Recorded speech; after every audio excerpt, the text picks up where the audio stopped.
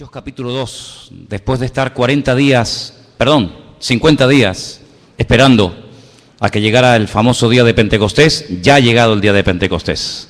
Tengo que decirles que ayer a la noche, con la caída del sol, miles y miles y miles de creyentes se dieron cita en el famoso Kotel Hammurabi, el Muro de los Lamentos, y allí le dieron la bienvenida a esta fiesta bíblica que se llama la fiesta de Shavuot, que es el plural de la palabra Shavua, que significa semana. Así que Shavuot es la fiesta de las semanas.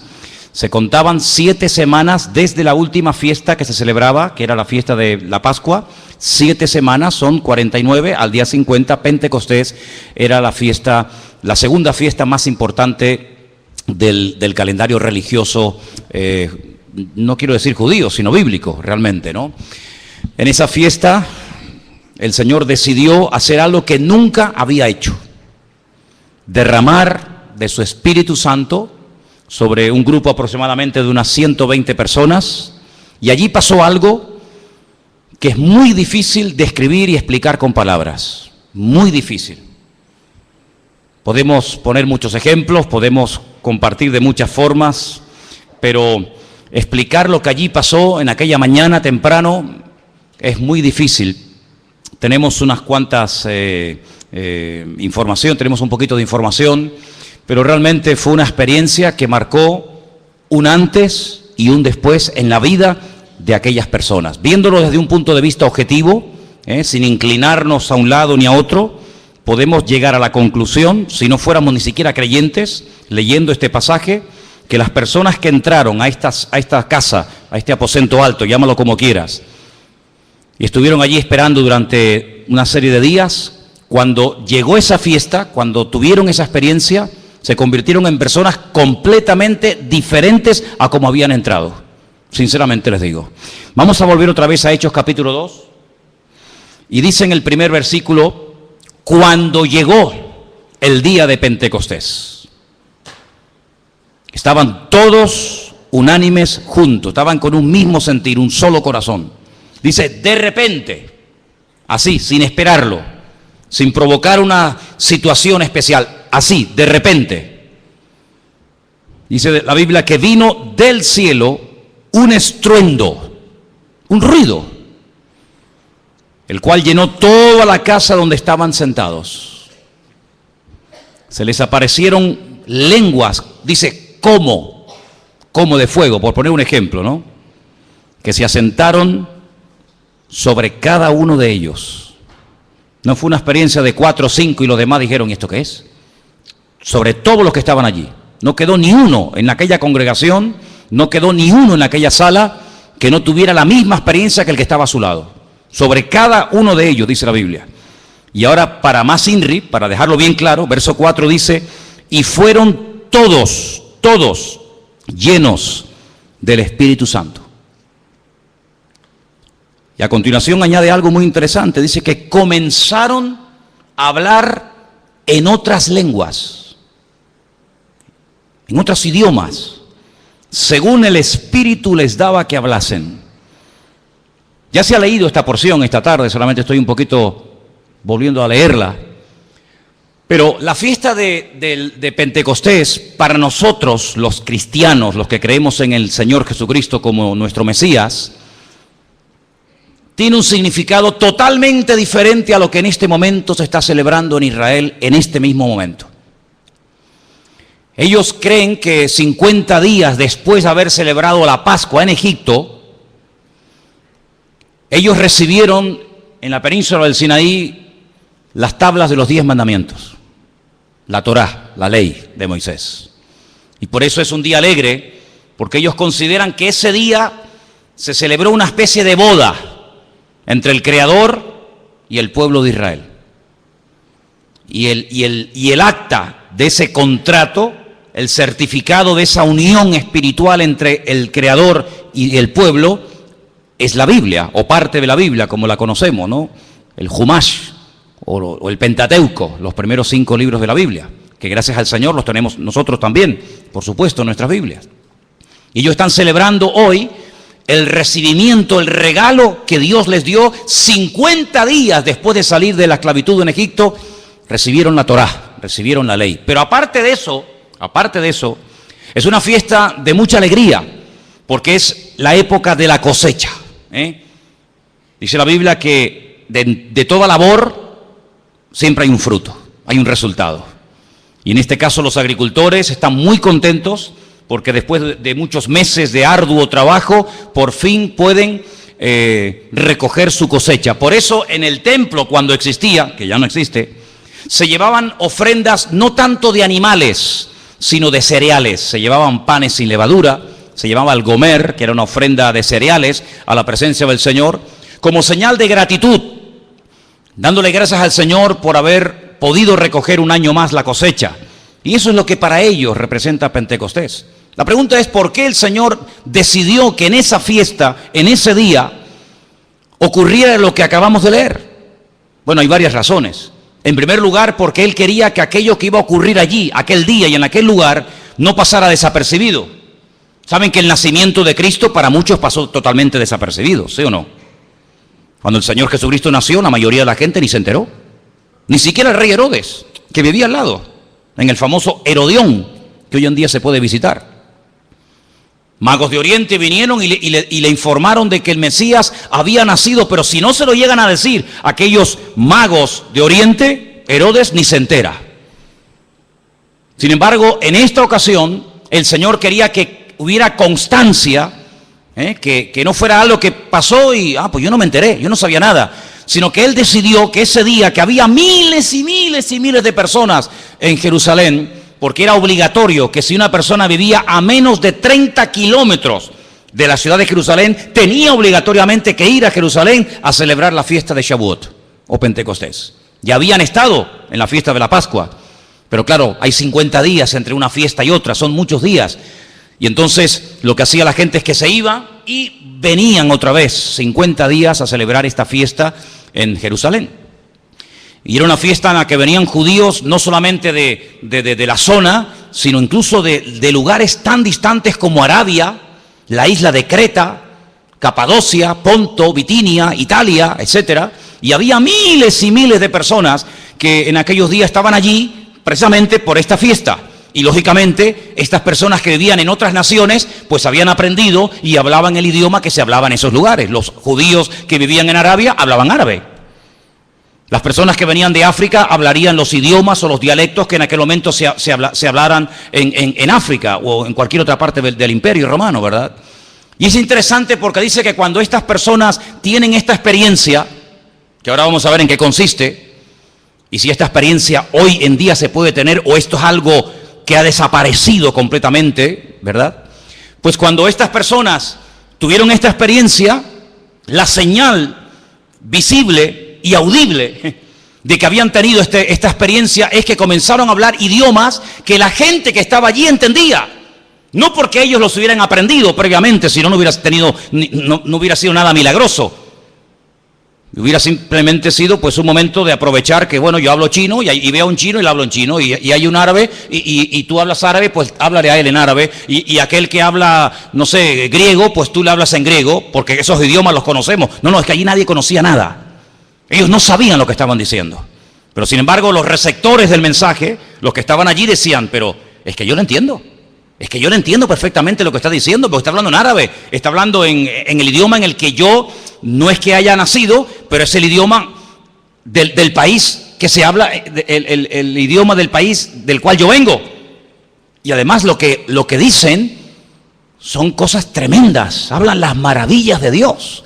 Y dice que fue algo realmente espectacular lo que pasó en aquel día, en aquel lugar. Ya había habido en el Antiguo Testamento una experiencia, vamos a ver, una experiencia parecida, pero con otra connotación, y era cuando el Señor confundió las lenguas de los que pretendían llegar a su presencia, construyendo una enorme torre que llegara a la misma presencia de Dios. ¿Os acordáis?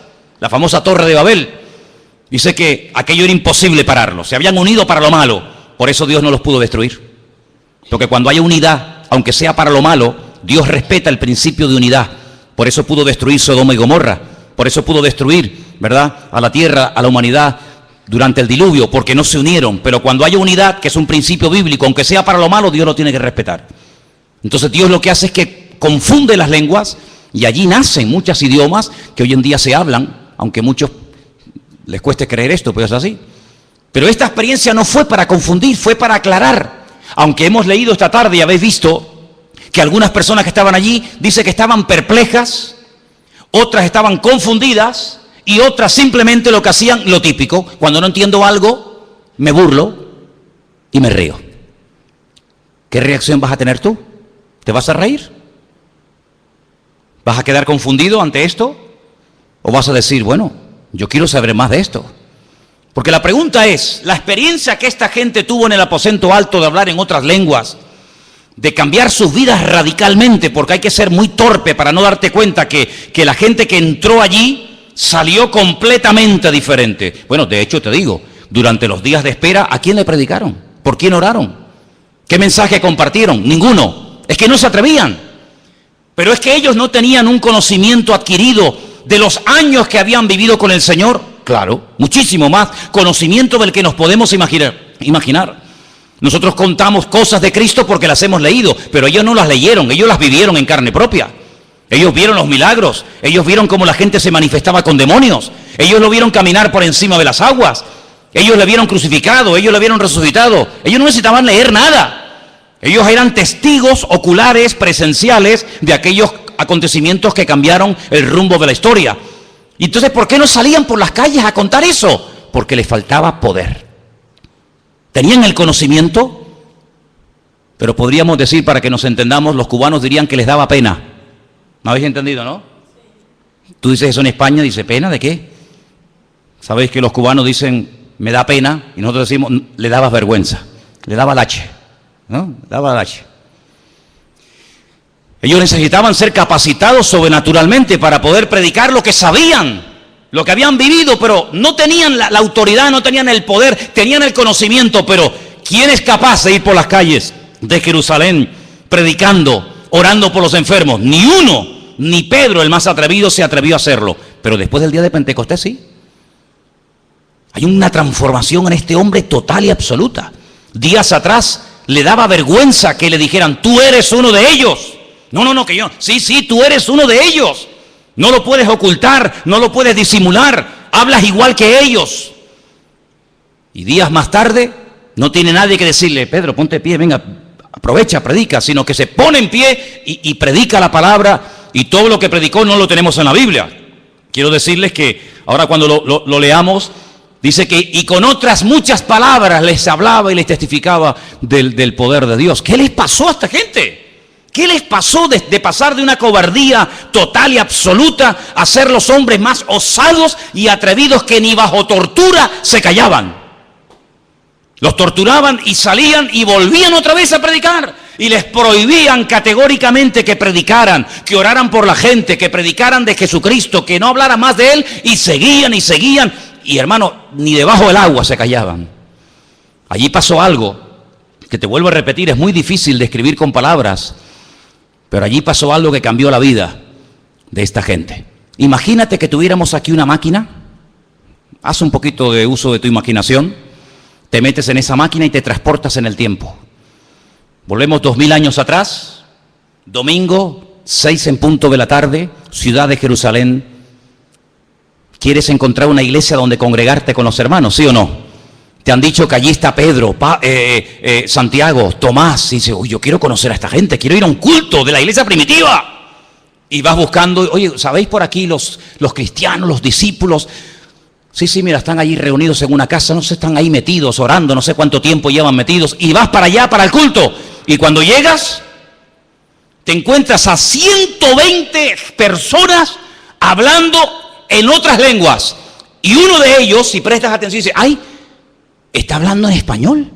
Yo lo entiendo. ¿Cómo sería esa iglesia? ¿Qué título le pondríamos por fuera a esa iglesia? Iglesia metodista, iglesia católica, iglesia presbiteriana, iglesia adventista, iglesia bautista. Hombre, pues yo no soy muy listo, pero tampoco soy muy tonto. Si yo tuviera esa máquina y me pudiera transportar en el tiempo 2000 años atrás, y yo entro a un culto donde me encuentro a 120 personas haciendo un follón, un ruido terrible y hablando en otras lenguas, yo diría, A mí me parece que estos son pentecostales. ¿Tú qué opinas? Yo creo que también. Estos son pentecostales. Mira el follón que tienen ahí dentro metido. Mira aquel cómo habla en lengua, mira aquel cómo brinca, mira aquel. Es que la iglesia primitiva era una iglesia pentecostal. Oraban por los enfermos, hablaban en lenguas, echaban fuera demonios, y esas cosas se ven en un tipo de iglesias que son cosas, por así decirlo, normales, y en otras congregaciones eso dice, eso ni loco. Pero es que así era la iglesia primitiva. Era una iglesia, si tuviéramos que ponerle un título hoy en día, sería una iglesia de corte o de línea pentecostal medio Filadelfia menos, ¿no? Algo así, ¿sí o no? Pues sí, hermano, así eran. Ahora, ¿esto fue algo que pasó y ahí quedó? ¿O esta experiencia la tuvieron otras personas? Bueno, vamos a ver qué nos responde la Biblia, ¿les parece? Vamos a ver qué nos dice el manual. Seguimos en el libro de los Hechos. En esta ocasión nos vamos al capítulo 8, versículo 14. Vamos a ver. Empieza una tremenda persecución en la ciudad de Jerusalén. Tienen que salir huyendo, si no los matan a todos. Y un diácono de la iglesia, del cual hablamos el otro día, un tal Felipe, que después se fue al desierto a hablarle a aquel etíope eunuco, ¿os acordáis? Capítulo 8, versículo 14, dice la Biblia así. Él se fue a Samaria, le predica a la gente se convierte, la gente son bautizados en agua. Pero dice en el versículo 14, cuando los apóstoles que estaban en Jerusalén oyeron que Samaria había recibido la palabra de Dios, enviaron allá a Pedro y a Juan. A ver qué pasa allí. Los cuales, habiendo venido, oraron para que recibiesen el Espíritu Santo, porque aún no había descendido sobre ninguno de ellos, sino que solamente habían sido bautizados en el nombre de Jesús, el bautismo cristiano. Entonces les imponían las manos. Esta es una típica característica de una iglesia pentecostal. Tú vas a una iglesia bautista, vas a una iglesia de cualquier otra línea, y tú no te encuentras al pastor orando, imponiéndole las manos a la gente. En las iglesias pentecostales se suele ver, ¿sí o no? Se suele ver a veces, no digo siempre, pero se suele ver a veces, pues al pastor o a algunos hermanos orando, imponiendo las manos. Así que otra señal más. Entonces les imponían las manos y recibían el Espíritu Santo. Cuando vio Simón, no cuando se lo imaginó, cuando lo vio, algo tuvo que ver Simón, el mago, que le impactó. Dice, cuando vio Simón que por la imposición de las manos de los apóstoles recibían el Espíritu Santo, les ofreció dinero. Si algo pasaba cuando esta gente imponía las manos sobre los recién convertidos, que a Simón le impactó tanto que dijo, oye, si yo te doy dinero, ¿me das ese don a mí también? Yo puedo tener la capacidad de impartir, como dice aquí, el Espíritu a la gente por imposición de manos. Y Pedro, ya sabéis lo que le dijo, mira, tu dinero perezca contigo, etcétera, etcétera. Luego, no solamente en Jerusalén la gente tuvo aquella experiencia, sino que se van los apóstoles, en este caso Pedro y Juan, a Samaria para orar, imponerle las manos a los que ya son convertidos y bautizados. ¿Para qué? Para que reciban lo mismo, la misma experiencia que ellos habían tenido en el día de Pentecostés. Algunos dirán, sí, pero aquí no dice nada de hablar en lengua. Sí, tienes razón. Pero algo tuvo que ver Simón el mago que le impactó tanto, que dijo, yo quiero también tener esa capacidad y ese poder de impartir esta experiencia a los recién convertidos. Pero hay más pasajes, por supuesto. Capítulo 19, pasan 25 años aproximadamente, 25 años después de Pentecostés, y en el capítulo 19 encontramos al apóstol Pablo en una enorme ciudad llamada la ciudad de Éfeso. Y dice así la palabra, ¿lo tenéis? Hechos 19:1.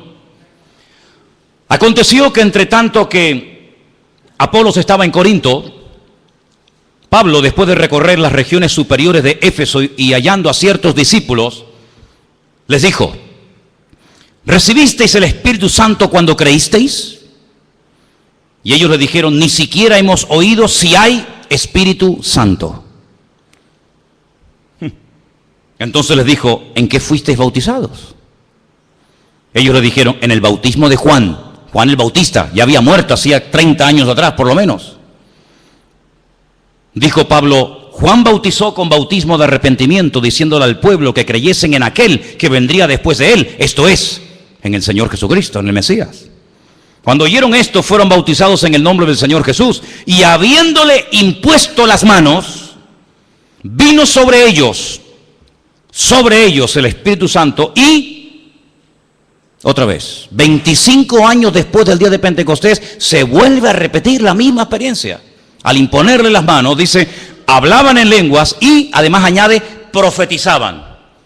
Luego no fue una experiencia aislada del día de Pentecostés y allí quedó y ya está, pasó a la historia, como, no sé, cuando se abrió el mar muerto. ¿Se ha vuelto a abrir otro mar alguna vez? Pues no. ¿Cuántas veces caminó el Señor por encima de las aguas? Una vez. ¿Cuántas veces murió? Una vez. ¿Cuántas veces resucitó? Una vez. Pero ¿cuántas veces en la Biblia ocurre esta experiencia repetitiva? Unas cuantas. Para dar a entender de que no es una experiencia que tuvieron allí 120 personas en el día de Pentecostés, sino es algo que a lo largo de la historia, en otras ciudades, en otros tiempos, bajo otros ministerios, también la gente tenía. Vamos a ir, 1 Corintios capítulo 14. No lo voy a leer todo el capítulo porque es un capítulo muy extenso, pero fijaros el título que le han puesto a 1 Corintios capítulo 14. Y estamos hablando de una carta, de una epístola que Pablo escribe aproximadamente entre el año 55 y el año 57 de la era cristiana. Y así que ya han pasado muchos años desde el día de Pentecostés hasta que los corintios reciben esta carta, año 57 aproximadamente de la era cristiana, y Pablo les escribe una carta y en el capítulo 14 les habla ¿de qué? Del hablar en lenguas. Luego, no es una cosa que solamente fue una experiencia que tuvieron los discípulos en el aposento alto, o un tiempito más tarde los cristianos que se convertían en Samaria, o aquellos que se convirtieron veintitantos años después en la ciudad de Éfeso, sino que Pablo establece doctrina y establece orden y dice, un momento, si esto lo vais a practicar en la iglesia, no es obligatorio, pero si lo vais a practicar, esto se tiene que hacer con orden. Dice, no impidáis a nadie que quiera hablar en lengua, pero el que se atreve a hablar en lengua tiene que hacerlo así, así, así, así, así. Y da un orden. Luego le da importancia a una experiencia que en un momento determinado, muchos años después de haber caído el Espíritu Santo por primera vez, en el día de Pentecostés, hay creyentes que pueden volver a tener esta experiencia.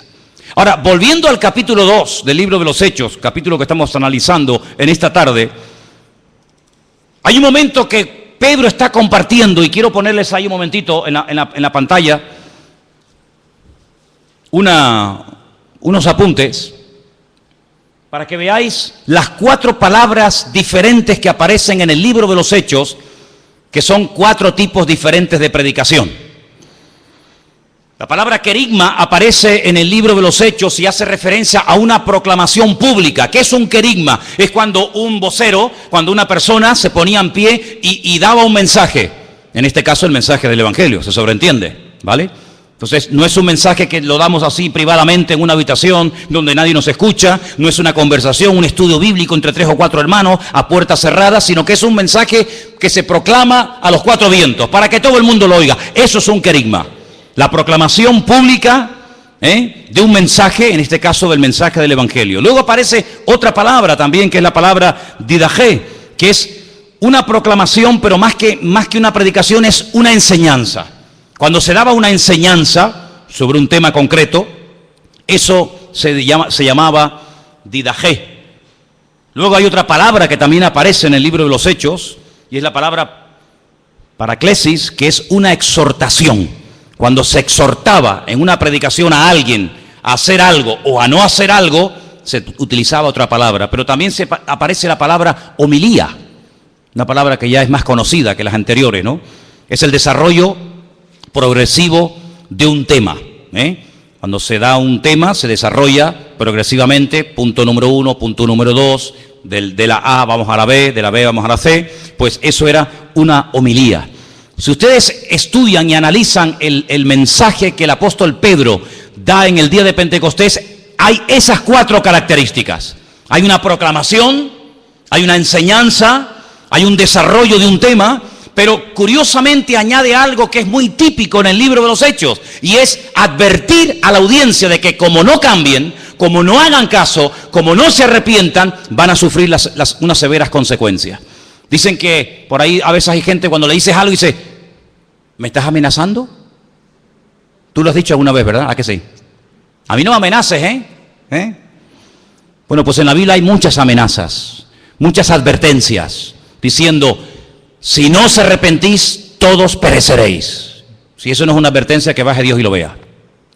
Bueno, pues el apóstol Pedro se levanta, públicamente comienza a dar un mensaje tremendo, y fíjate, hay un momento en el versículo 38, donde él dice a la audiencia que está allí, arrepentíos y bautícese cada uno de vosotros.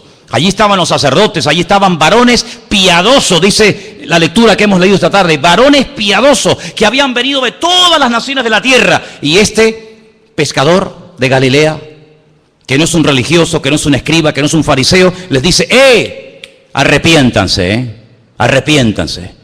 Sois capaces de venir de Creta, de Panfilia, de Ponto, de Bitinia, de Italia, de África, de todas partes del mundo aquí, a cumplir con una serie de sacrificios y con una cuestión, digamos, de tipo religiosa, pero yo lo que os digo es que os tenéis que arrepentir. No podéis volver a vuestro país, no podéis volver otra vez a vuestras regiones donde estáis trabajando o haciendo lo que sea, si no os arrepentís, si no se bautizan. Hoy tiene que haber aquí un cambio, y los confronta, los confronta de una manera tremenda. Y en el verso 39 les dice, porque para vosotros es la promesa. Esa promesa que es la que reciben en el día de Pentecostés, la promesa que Dios había hecho a Israel. En Joel capítulo 2 dice, para vosotros es la promesa, para vuestros hijos, para todos los que están lejos, para cuantos el Señor nuestro Dios llamare. Y ahí entramos todos, no estábamos allí. No somos la generación de los tiempos apostólicos, no somos la generación que se levantó después de ellos, pero somos aquellos creyentes, formamos parte de uno de los eslabones de la gran cadena, ¿verdad?, del crecimiento y desarrollo del Evangelio por toda la faz de la tierra. A todos cuanto nuestro Dios, el Señor, llamare, para ti también es la promesa. Es decir, nosotros necesitamos hoy en día, como pueblo de Dios, más que nunca, ser renovados. No vivir de las glorias del pasado, sino que permanentemente, constantemente renovarnos en las cosas del Señor. ¿Cuántos dicen amén? Hoy yo les contaba a los hermanos, la famosa empresa Kodak. Muchos de los que ya tienen una edad, tal vez saben mejor de lo que estoy hablando que otros más jovencitos. ¿Quién no conoce la Kodak? Las cámaras Kodak, los rollos de... Esa empresa se fue al garete, se hundió. Tenía más de 150.000 empleados. Una multinacional tremenda, en todo el mundo se sabía quién era la Kodak. Desapareció. ¿Sabéis por qué? Porque cuando entró la fotografía digital, ellos no quisieron renovarse y dijeron, esto no tiene futuro. Nosotros seguiremos con la fotografía típica, la de toda la vida, la fotografía la ponemos en el álbum, y cuando vienen los niños, el abuelo, la abuela, el papá, la mamá, pues le enseñamos la fotografía. No se quisieron renovar, no se quisieron adaptar a los tiempos. Queremos la fotografía, la típica, la de papel, o la de blanco y negro, o la de en color, pero eso de fotografía digital, cámara de fotos sin carrete. Pero ¿cómo puede ser una cámara de fotos sin carrete? ¿Cómo puede ser eso? No aceptamos esos cambios. Se hundieron. Y luego hubo otras empresas mucho más pequeñas. Hubo una empresa que se dedicaba a la fotografía que tenía 13 empleados en comparación con la Kodak, que tenía en aquellos años más de 150.000 empleados. Esa compañía a los pocos años se renovó, se transformó su maquinaria, se abrieron a los cambios y a los pocos años la vendieron en más de $1.000 millones. Una empresa con 3 empleados se abrió al cambio, se adaptó a los tiempos y la vendieron con el paso del tiempo, la patente, en más de $1.000 millones. ¿Qué te parece, hermano? La Biblia nos habla de renovación. Y necesitamos todos los que estamos aquí en esta noche una renovación espiritual en todas y cada una de las áreas de nuestra vida. ¿Cuántos dicen amén? Renovarnos en nuestra vida de oración. Renovarnos en nuestro compromiso con el Señor. Renovarnos o morir. No nos podemos quedar parados, anclados, viviendo de experiencias pasadas, sino renovarnos cada día, permanentemente, como el aceite a un coche. Por cierto, saben que los coches llevan aceite, ¿verdad? Ah, no sabía. Pues sí, hermana. Perdón, y hermano también, no quiero que se... Los coches llevan aceite. Pero no dura toda la vida, Sí, póngame aceite esa que dura 20.000 kilómetros. Bueno, pero cuando se cumplan los 20.000 kilómetros tendrás que renovarla. Porque el aceite ya no lubrica, ya pierde su propiedad, hay que renovarla. Y el aceite, curiosamente en la Biblia, es comparada como tipo de la persona del Espíritu Santo en nuestra vida. Renovarnos, y el que no se renueva se seca, ¿eh? Y lo podéis ver, yo creo que ya a estas alturas, después de ya de algunos años de estar juntos, ustedes ya ahora conocerán, ya habrán oído de alguien que por no renovarse, se secó y ahí se quedó. Tienes que renovarte espiritualmente hablando cada día de tu vida. Y para eso subían todos los años las tribus de Israel a las ciudades de Jerusalén. ¿A qué? A renovarse. Pero si ya hemos celebrado 30 veces Shavuot, otra vez el año que viene. ¿Para qué? Para renovarnos y para renovarnos y para recordar la fidelidad del Señor diariamente sobre nuestra vida.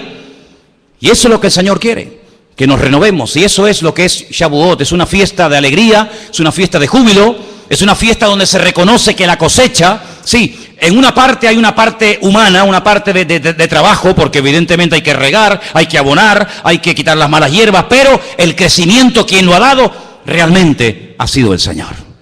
Porque tú puedes regar mucho, y puedes quitar muchas hierbas, y puedes abonar, y puedes quitar las piedrecitas, y puedes hacer lo que tú quieras, pero si Dios no le da crecimiento, no hay resultado posible.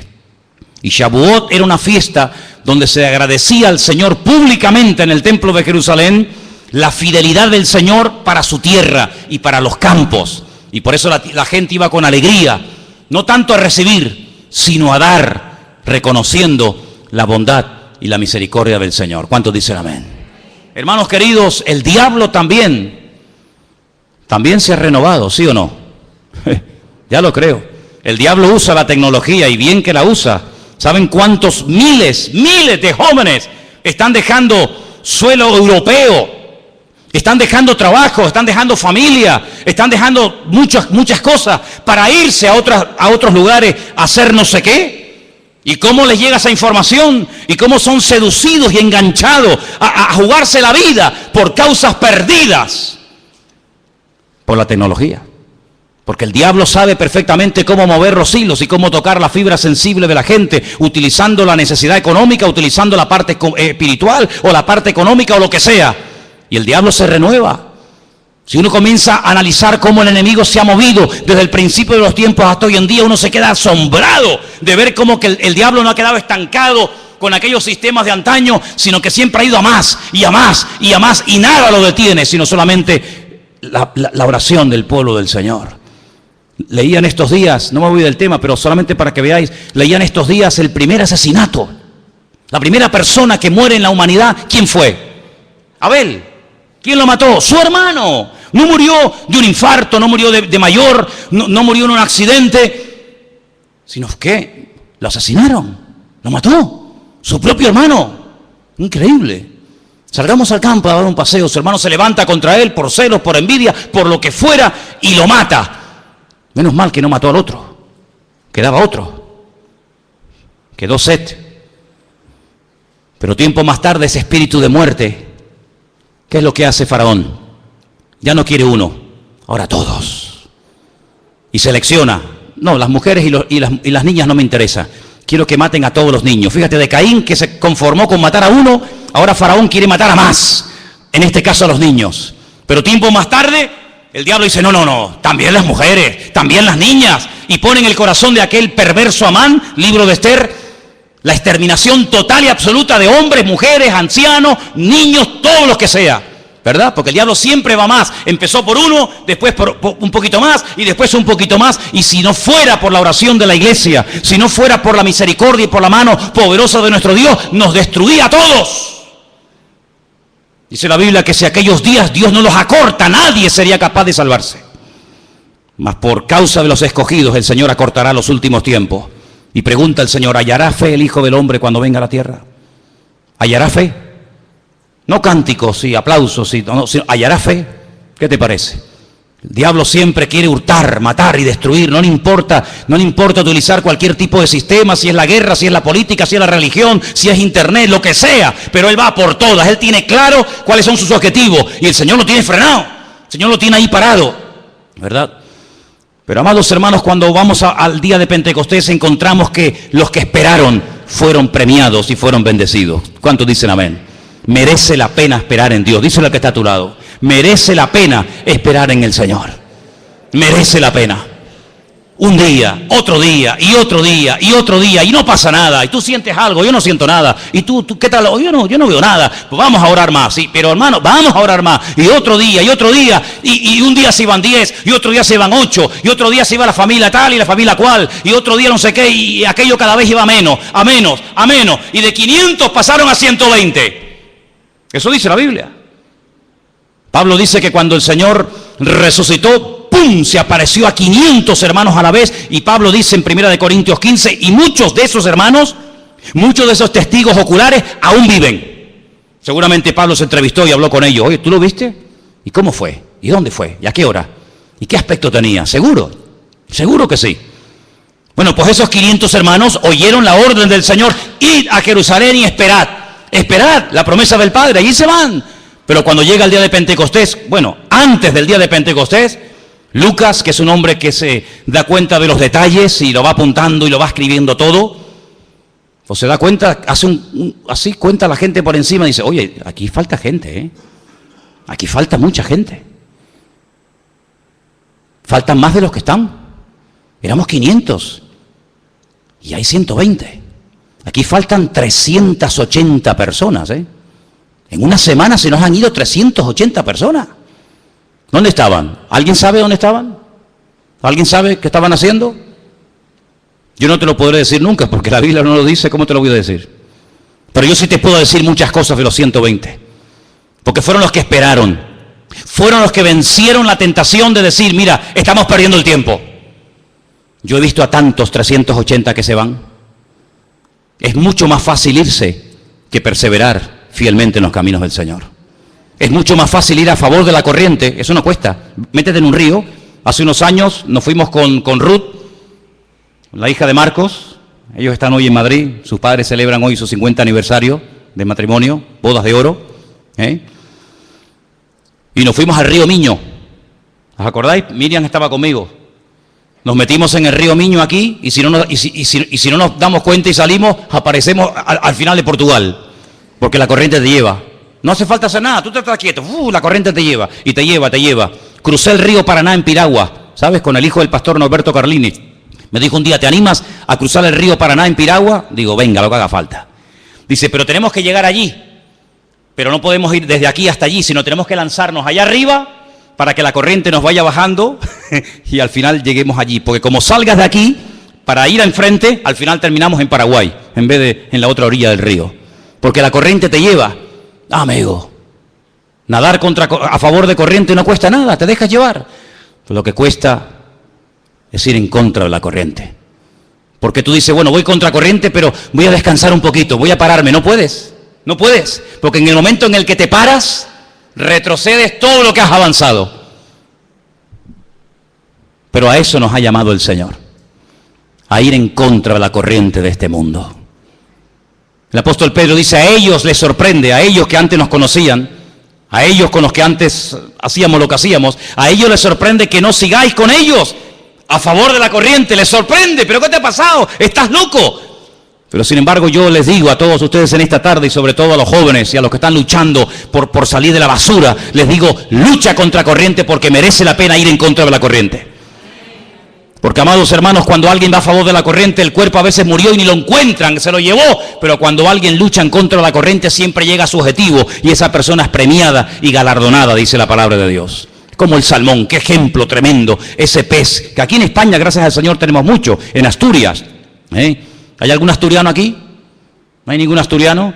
En los ríos, ahí en Asturias, el primero, el campano, el primero que se pesca, eso vale un dineral, lo mandan a Madrid y allí lo comen, ¿verdad? Ese pez lucha contra corriente un día, otro día se golpea la roca, a veces el río le han quitado el curso, ahora ve por ahí, ahora va por allá, han levantado una pared, pero el salmón lucha, pelea y llega agotado, llega reventado. Y al final, cuando llega, muere. Tanta lucha va a morir. Nosotros somos exactamente igual, con la diferencia de que en vez de luchar y luchar y luchar para ir a morir, luchamos para ir a vivir eternamente en la presencia de nuestro Dios por los siglos de los siglos. ¡Amén! ¡Aleluya! ¡Gloria a Dios! ¡Gloria a Dios! ¡Amén! ¡Amén! Sigue peleando, sigue remando. No te pares, no te pares.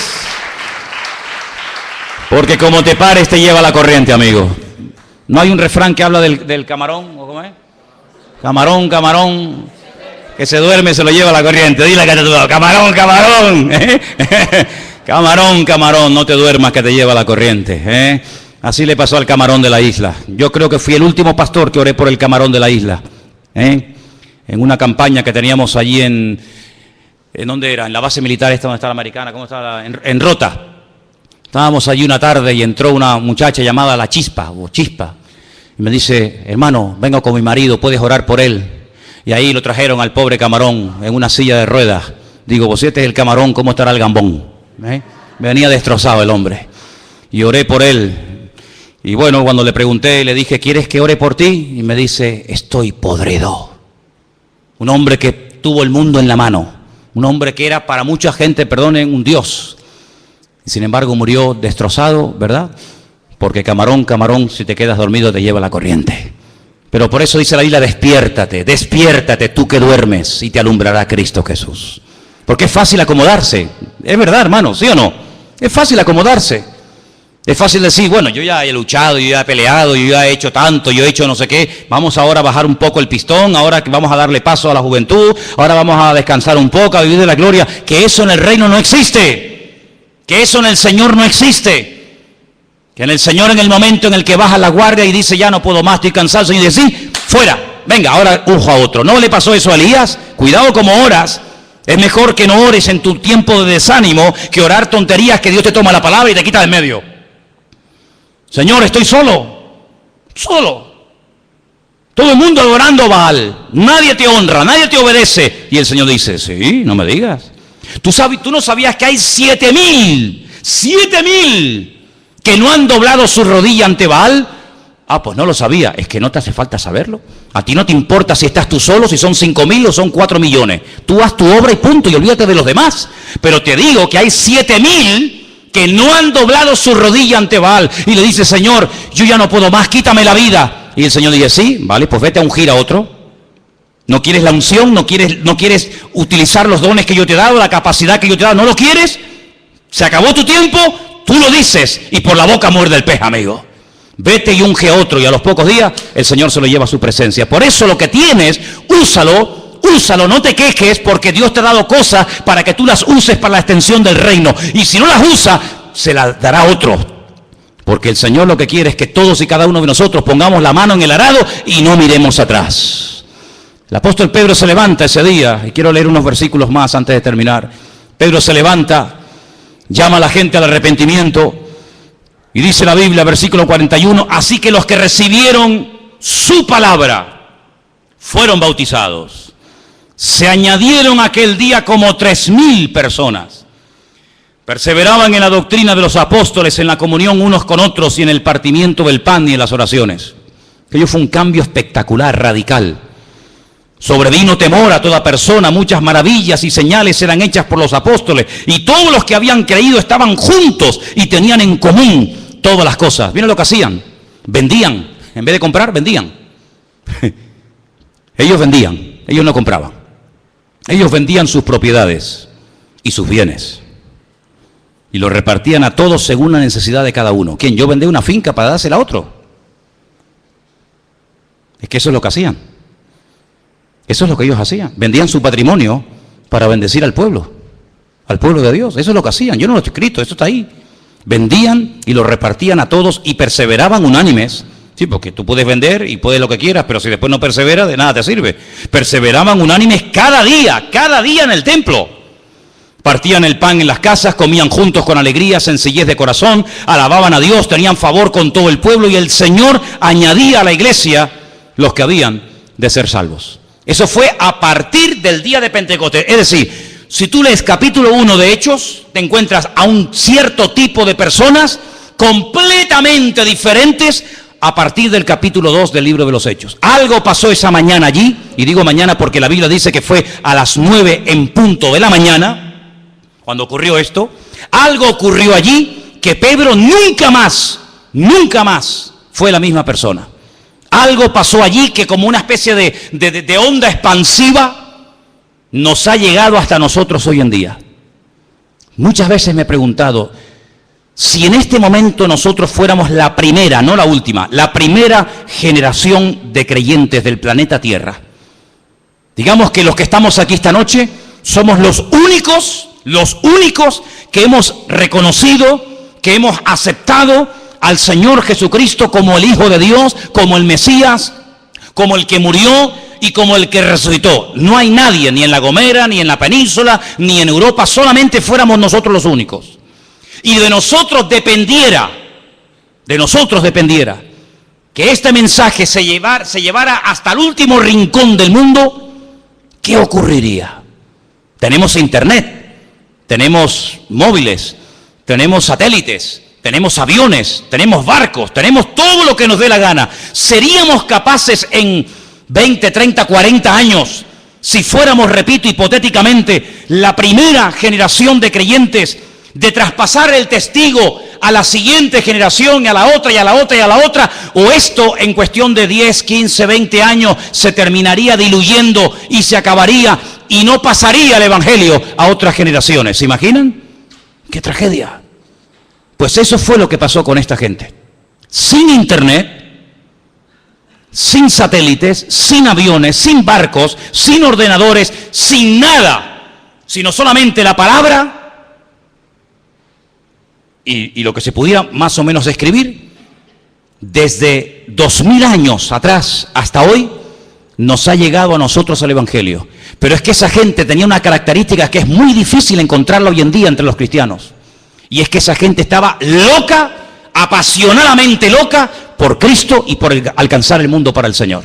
Y eso hoy en día se ha perdido. Hoy en día estamos más pendientes del coche, del ordenador, del móvil, de los zapatos, del trabajo, de no sé qué, de no sé cuánto. La pasión por las almas perdidas se ha perdido, valga la redundancia. No nos preocupa tanto alcanzar al perdido. No nos preocupa tanto decir, oye, si yo me muero y a mi vecino nunca nadie le habló del Señor, ¿qué va a pasar con este hombre? No nos cabe en la cabeza el hecho de decir, oye, que este hombre se puede condenar eternamente en el infierno por mi culpa, porque yo no le hablé, porque yo no le di nunca una Biblia, porque no le invité a la iglesia, porque no le di testimonio. Ni se nos pasa por la cabeza.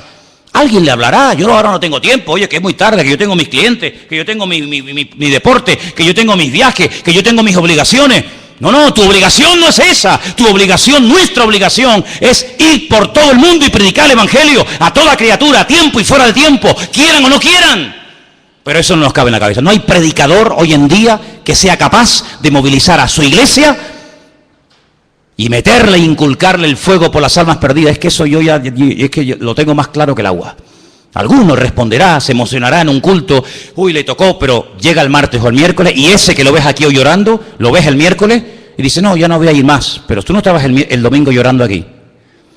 Señor, cuenta conmigo, envíame a mí. Sí, pero eso olvídate, eso es el pan nuestro de cada día. Aquella gente no, aquella gente vivía para Cristo. Aquella gente salían en cualquier momento por persecución y llegaban al pueblo de al lado, a la provincia de al lado, a la ciudad de al lado, y en vez de callarse la boca y decir, oye, ya nos han echado de allí, hemos perdido casa, finca, todo, hemos perdido todo. Ahora a ver si vamos a llegar aquí y vamos otra vez a abrir la boca y nos va a pasar lo mismo. Aquí nadie habla, al contrario, aún no habían llegado y ya estaban hablando. Los metían en la cárcel, se ponían a cantar. Los metían en una mazmorra, se ponían a predicar el Evangelio. Los metían en la arena del circo romano, los leones saliendo, las antorchas ardiendo, se ponían a cantar para el Señor. No había forma humana de mandar a callar a aquella gente, no había manera, ni siquiera matándolos, porque hasta muertos aún siguen hablando sus palabras a través de la Santa Biblia que tenemos en nuestras manos. Entonces era gente apasionada por el Señor, llegaron a decir, fíjate, para mí el vivir es Cristo y el morir es ganancia. Nosotros hacemos al revés. No, ¿cómo va a ser una ganancia morir? Será una ganancia vivir. Ellos al revés invertían el orden de las cosas. Para mí vivir es una maravilla, pero morir por Cristo mejor todavía. Entonces, la Biblia es la misma, te lo puedo asegurar, ¿eh? La Biblia, el Evangelio es el mismo, el Espíritu es el mismo, pero los cristianos no somos los mismos. Nosotros no somos los mismos. Somos la generación más privilegiada porque ninguna generación ha tenido tantos recursos, tantos medios para cumplir con la famosa gran comisión como nosotros, pero no lo estamos haciendo. No lo estamos haciendo. Prueba de ello que tú eres creyente a lo mejor hace un montón de años y todavía hay miembros de tu familia que ni lo saben. Ni lo saben. Tu misma familia, imagínate el vecino de enfrente. Por lo tanto, amados hermanos, yo creo que necesitamos una renovación, un Pentecostés, ¿sí o no? Porque la experiencia de Pentecostés los cambió a todos, los transformó a todos. Y eso es lo que nosotros necesitamos, una transformación de decir, oye, pues si no puedo ir a trabajar, no voy. Estamos locos. No, pero ¿y por qué haces lo contrario? El jueves no voy al culto, ¿por qué? Por trabajo. ¿Y por qué no lo haces al revés? ¿Por qué no lo haces al revés? El jueves no voy a trabajar porque el jueves voy a ir al culto. Ay, amigo, no, el jueves no voy al culto porque tengo que ir a trabajar. Y esa es la cruel realidad nuestra. Por eso Pentecostés para mí es fundamental en la vida personal e individual de todos y de cada uno de nosotros. Porque Pentecostés lo que hizo fue que les abrió la mente, los capacitó espiritualmente para que todo aquel conocimiento que tenían lo pudieran poder poner en práctica. Y cuando llegaban a Grecia, fíjate tú lo que era Grecia en aquella época, los estoicos, los epicúreos, los filósofos de la época, se quedaban con la boca abierta, no tenían argumentos para contrarrestar la autoridad de aquella gente. Esteban, ¿quién era Esteban? ¿Un apóstol? No. ¿Quién era Esteban? ¿Escribió muchos libros de la Biblia? No. ¿Hizo muchos milagros? No. ¿Echó fuera demonios? No. Pero Esteban, cuando se ponía a predicar, ponía a la gente firme. Y en plena predicación miraba y decía, estoy viendo ahora mismo al Señor sentado a la diestra de Dios Padre. Y le miraban la cara y era una persona diferente y era capaz de estar muriendo a pedrada, pero él no se quejaba, sino decía, Padre, perdónalos porque no saben lo que están haciendo. Al contrario, me están haciendo un favor, me están matando y inmediatamente me voy contigo. Entonces el sistema de valores de aquella gente fue transformado aquel día. Ya no volvieron nunca más a la pesca, ¿eh? Tú sabes que volvieron a la pesca durante unos días después de la resurrección del Señor, ¿sí o no? El Señor resucita y se tiene que ir a Galilea a buscarlos. Sí, pronto voy yo a ir a buscar a Pedro a Galilea. Me niegas, me dejas más solo que la una. Te vas otra vez a la pesca y te voy yo a ir a buscar a Galilea. Mira, hijo, te quedas en Galilea con tu barca, con tu madre, con lo que tú quieras, pero yo no te voy a buscar. Allí va el Señor a buscarlo. Pedro, ¿has pescado algo? Pues no. Toda la noche lo he intentado, pero no he cogido nada. ¿Te puedo hacer una pregunta, Pedro? Sí, Señor, dime. ¿Tú me amas a mí? Sí. ¿Ah, sí? ¿Y qué haces aquí? ¿Tú amas al Señor? ¿Sí? Pues ponte a apacentar mis ovejas, apacienta mis corderos, atiende a mi rey, a mi grey. Pedro, dime, Señor, ¿tú me amas? Que sí, Señor, ya te lo he dicho. ¿Tú sabes que yo te amo? Pues apacienta mis corderos, Pedro. Involúcrate en las cosas del reino. Pasa un ratito. Pedro, dime, Señor, ¿tú me amas? Ya Pedro lo pilla. Ya Pedro lo capta. Dice, ay, amigo, me está confrontando. 3 veces le negué. 3 veces me hace que le confiese. Señor, tú lo sabes todo. Tú sabes que yo te amo. Dice, sí, pues te voy a dar un premio, Pedro. Como dices que me amas tanto, te voy a dar la guinda del pastel, te la voy a dar a ti. Cuando tú eras joven, y Pedro conocía al Señor, o el Señor conocía a Pedro desde hacía muchos años, tú siempre has ido a donde has querido. Mañana me voy a Japón. Allí se va el hermano a Japón. Mañana me voy a Pernambuco. El hermano se va a Pernambuco. Cuando tú eras joven, te vestías como te daba la gana. Ibas a donde querías, administrabas tu tiempo, tu dinero, tu juventud, como tú querías. Ay, amigo, pero cuando tú seas viejo, tú vas a extender tus manos y te va a vestir otro. Y te va a poner una tela de saco de patatas encima, como crucificaban a la gente, con un saco de silicio. Te va a llevar a donde tú no quieras ir. Y dice el versículo siguiente, Juan 21, y esto lo dijo el Señor, dando a entender con qué tipo de muerte había de glorificar al Señor. ¿Ese es el premio que me das? Tantos años de ministerio, tantos años predicando tu palabra, escribiendo epístolas, viajando por aquí, viajando por allá, y el premio que me da es morir crucificado. Pues le podías haber dado la guinda del pastel a otro. No, te la voy a dar a ti. Tú has dicho que me amas, y por la boca muerde el pez, amigo. Así que a partir de ahora, cuando ores o cuando digas algo, piénsalo dos veces, porque había uno que presumía mucho de pelo y al final el pelo terminó matándolo. ¿Sabes quién es, no? ¿Por qué pasaba frío David? ¿Por qué pasó frío? 30 mantas. Una persona con 30 mantas no puede pasar frío. ¿Por qué pasaba frío? Porque tú le cortaste el borde de las vestiduras a uno. Cosa que no tenías que haber hecho. Y cuando seas mayor y pase frío, te acordarás de que aquello no tenías que haberlo hecho. Medida por medida, así declara, amigo. Entonces, amados hermanos, ¿cómo iba Pedro a morir crucificado por Cristo si no fue capaz de confesarlo delante de una criada? Va ahora a morir por Cristo, si en vida no fue capaz de dar su vida por Él. Ahora que está solo, sin el Señor, aparentemente va a dar su vida. Imposible. Lo que es imposible para el hombre, es posible para Dios. ¿Cómo fue capaz Pedro en Roma de morir crucificado con la cabeza para abajo? Porque te voy a decir una cosa, si lees como los síntomas de una persona que muere crucificada son impresionantes, pero si lees los síntomas de cómo muere una persona crucificada con la cabeza para abajo y los pies para arriba, es horrible, no te puedes ni imaginar. Se le salen las tripas por la boca, es una muerte espantosa. Pero así murió el apóstol Pedro. ¿De dónde iba a sacar fuerzas ese hombre? Si simplemente era decir, sí, yo soy de él, ¿y qué? Si no fue capaz de hacer eso, va a morir por Cristo. Pentecostés lo capacitó. La unción del Señor, la fortaleza del Señor fue tan espectacular que fue capaz no solamente de vivir, sino de morir por el Señor. Y estamos llegando a un tiempo en la historia de la humanidad en el que muchos cristianos ya están pagando un altísimo precio por el hecho de ir así por la vida. Como tú vienes a la iglesia con una Biblia debajo del brazo, o por el hecho de llamarte cristiano, ya hay muchos hermanos nuestros que lo están crucificando, decapitando, quemando, torturando, etcétera, etcétera. Por lo tanto, amados hermanos, necesitamos como nunca antes, como pueblo de Dios, una renovación espiritual para que demos la talla en estos tiempos finales antes de que Él venga a buscarnos. Amén, hermanos. Ahí donde estás, cierra tus ojos en esta tarde. Este no es un mensaje para buscar votos.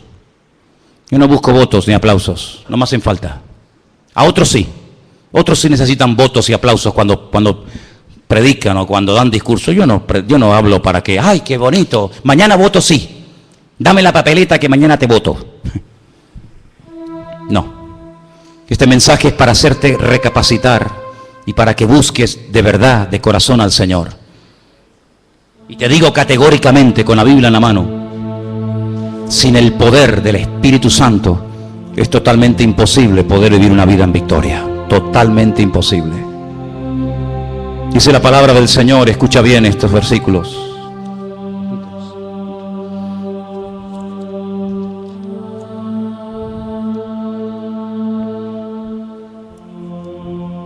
No os embriaguéis con vino, en lo cual hay disolución.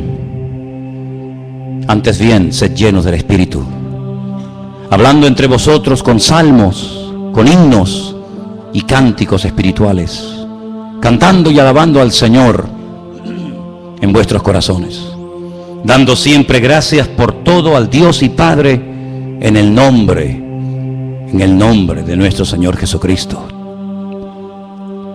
Y queremos en esta tarde acercarnos a ti, a tu presencia, Señor, y pedirte: derrama de tu Espíritu Santo sobre nuestras vidas. Derrama de ese bendito consolador sobre tu iglesia en estos últimos tiempos. Y que podamos predicar las virtudes de aquel que nos llamó de las tinieblas a su luz admirable. Trae un renuevo espiritual a cada familia, a cada joven, a los maestros de la escuela dominical, a las hermanas de la iglesia, a los matrimonios. Trae un renuevo espiritual a nuestras vidas, Señor. Que te miremos a ti, que te busquemos a ti, Señor, como primera prioridad de nuestra vida.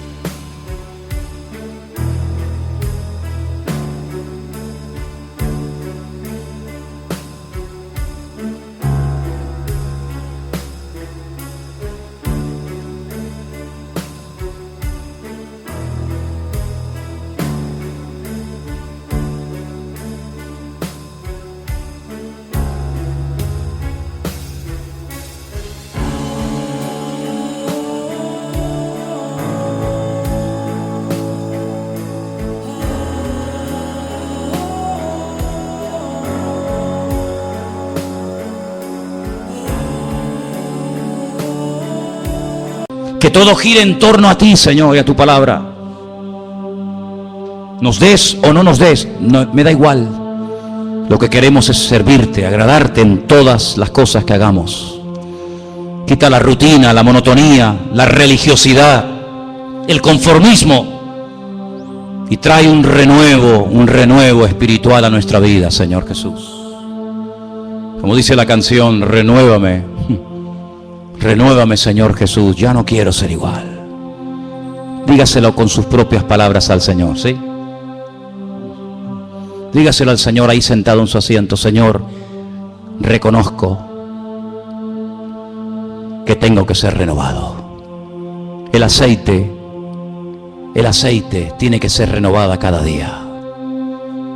No quiero que mi lámpara se apague, Señor, por falta de aceite. No quiero que el altar sea un altar lleno de cenizas, donde un día ardió el fuego, pero ya se apagó. Aviva, aviva el fuego del don de Dios que está en ti, dice la palabra. Por eso en esta tarde, dile al Señor, renuévame, Padre Santo. Aleluya.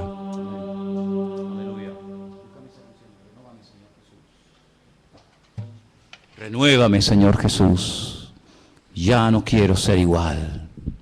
Y en tu nombre en esta tarde pedimos, Señor, que tu Espíritu Santo haga esa obra que el hombre no puede hacer. Transfórmanos y llénanos de ti, Señor Jesús, en este día de Pentecostés. Que verdaderamente nuestra vida, nuestra casa, sea un auténtico aposento alto, Señor.